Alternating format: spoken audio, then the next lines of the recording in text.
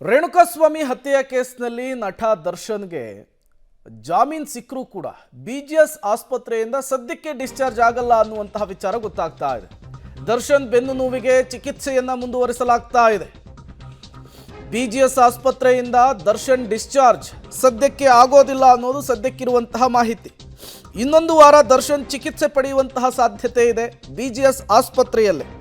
ಸರ್ಜರಿಯ ಬದಲು physiotherapy treatment ಅನ್ನ ಪಡಿಲಿಕ್ಕೆ ಮತ್ತೆ ಮುಂದಾಗ್ತಾ ಇದ್ದಾರೆ ದರ್ಶನ್. ಮುಂದಿನ ವಾರ ವೈದ್ಯರ ಸಲಹೆಯನ್ನ ಪಡೆದು ದರ್ಶನ್ ಬಿಜಿಎಸ್ ಆಸ್ಪತ್ರೆಯಿಂದ ಡಿಸ್ಚಾರ್ಜ್ ಆಗುವ ಸಾಧ್ಯತೆ ಇದೆ.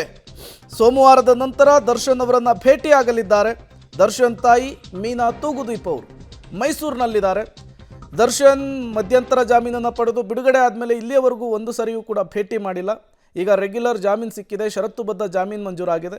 ಹಾಗಾಗಿಯೇ ಈ ಸಂದರ್ಭದಲ್ಲಿ ಬೆನ್ನು ನೋವಿನಿಂದ ಬಳಲುತ್ತಾ ಇರುವ ಬಿಜಿಎಸ್ ಆಸ್ಪತ್ರೆಯಲ್ಲಿ ಟ್ರೀಟ್ಮೆಂಟನ್ನು ಪಡಿತಾ ಇರುವಂತಹ ದರ್ಶನ್ ಅವರನ್ನು ಭೇಟಿಯಾಗಲಿಕ್ಕೆ ಮೀನಾ ತೂಗುದೀಪ್ ಅವರು ಕೂಡ ಮುಂದಾಗ್ತಿದ್ದಾರೆ ಅನ್ನುವಂತಹ ವಿಚಾರ ಗೊತ್ತಾಗ್ತಾ ಇದೆ.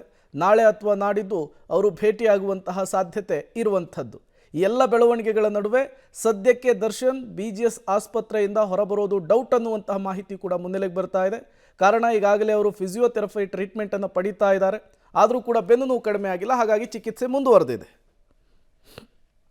ಮತ್ತಷ್ಟು ಡೀಟೇಲ್ಸ್ ಕೊಡ್ತಾರೆ ಮಾರುತಿ, ನೇರ ಸಂಪರ್ಕದಲ್ಲಿ ಜಾಯಿನ್ ಆಗಿದ್ದಾರೆ. ಮಾರುತಿ, ಒಂದು ಕಡೆ ಟ್ರೀಟ್ಮೆಂಟ್ ವಿಚಾರ ಮುಂದುವರೆದಿದೆ, ಮತ್ತೊಂದು ಕಡೆ ದರ್ಶನ್ ತಾಯಿ ಅವರನ್ನ ಭೇಟಿ ಆಗ್ತಾರೆ ಅನ್ನುವಂತಹ ವಿಚಾರ ಕೂಡ ಮುನ್ನೆಲೆಗೆ ಬರ್ತಾ ಇರುವಂಥದ್ದು. ದರ್ಶನ್ ವಿಚಾರಕ್ಕೆ ಏನೆಲ್ಲ ಬೆಳವಣಿಗೆಗಳಾಗ್ತಾ ಇದೆ ಸದ್ಯಕ್ಕೆ ಅಂತ ಹೇಳಿ?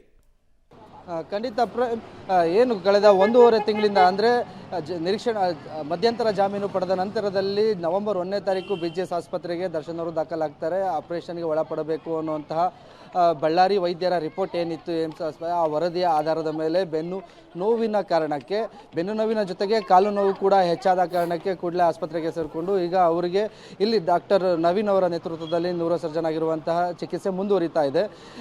11ನೇ ತಾರೀಕು ಡಿಸೆಂಬರ್ 11ನೇ ತಾರೀಕೆ ಅವರಿಗೆ ಆಪರೇಷನ್ ಮಾಡಲಾಗುತ್ತೆ ಅಂತ ಒಂದು ವರದಿಯನ್ನು ಹೈಕೋರ್ಟ್ಗೆ ನೀಡಲಾಗಿತ್ತು. ಈಗ ನಿನ್ನೆ ಬಂದಂತಹ ರೆಗ್ಯುಲರ್ ಬೇಲ್ ಗ್ರಾಂಟ್ ಆಗಿರೋ ಹಿನ್ನೆಲೆಯಲ್ಲಿ ಅವರಿಗೆ ಆಪರೇಷನ್ ಮಾಡ್ತಾರಾ ಮಾಡಲ್ವಾ ಅನ್ನೋಂಥ ಪ್ರಶ್ನೆ ಉದ್ಭವ ಆಗಿತ್ತು. ಯಾಕೆಂದರೆ ಸಿನಿಮಾ ನಟ ಆಗಿರೋದ್ರಿಂದ ಆಪರೇಷನ್ ಮಾಡಿದ್ರೆ ಮುಂದೆ ಹೇಗೆ ಅನ್ನುವಂಥ ಒಂದು ಶೂಟಿಂಗ್ ಸಂದರ್ಭದಲ್ಲಿ ಏನಾದರೂ ಸಮಸ್ಯೆ ಆಗ್ಬಾರ್ದು, ಆಪರೇಷನ್ ಮಾಡದೇನೆ ಕನ್ಸರ್ವೇಟಿವ್ ಟ್ರೀಟ್ಮೆಂಟ್ ಮೂಲಕನೇ ಸರಿಪಡಿಸ್ಕೋಬೋದಾ ಅನ್ನೋ ಒಂದು ಕಾರಣಕ್ಕೆ ಈಗ ಕನ್ಸರ್ವೇಟಿವ್ ಟ್ರೀಟ್ಮೆಂಟ್ ಮುಂದುವರಿಸ್ತಾ ಇದ್ದಾರೆ. ಇನ್ನು 1 ವಾರಗಳ ಕಾಲ ಈ ಟ್ರೀಟ್ಮೆಂಟ್ ಮುಂದುವರಿಸುವ ಸಾಧ್ಯತೆ ಇದೆ. ಅಂದರೆ ಫಿಸಿಯೋಥೆರಪಿ ಮತ್ತು ಎಕ್ಸಸೈಸ್ ಮೂಲಕನೇ ಬೆನ್ನಿನ ನೋವು ಮತ್ತು ಕಾಲಿನ ನೋವನ್ನು ಕಡಿಮೆ ಮಾಡುವಂತಹ ಚಿಕಿತ್ಸೆಯನ್ನು ವೈದ್ಯರು ಮುಂದುವರಿಸ್ತಾ ಇದ್ದಾರೆ. ಇನ್ನು ಅವರು ಬಿಡುಗಡೆಯಾಗಿ ಬಂದ ನಂತರದಿಂದಲೂ ಸಹ ಅವರ ತಾಯಿ ಅವರನ್ನು ಭೇಟಿ ಮಾಡಲಿಕ್ಕೆ ಬಂದಿರಲಿಲ್ಲ.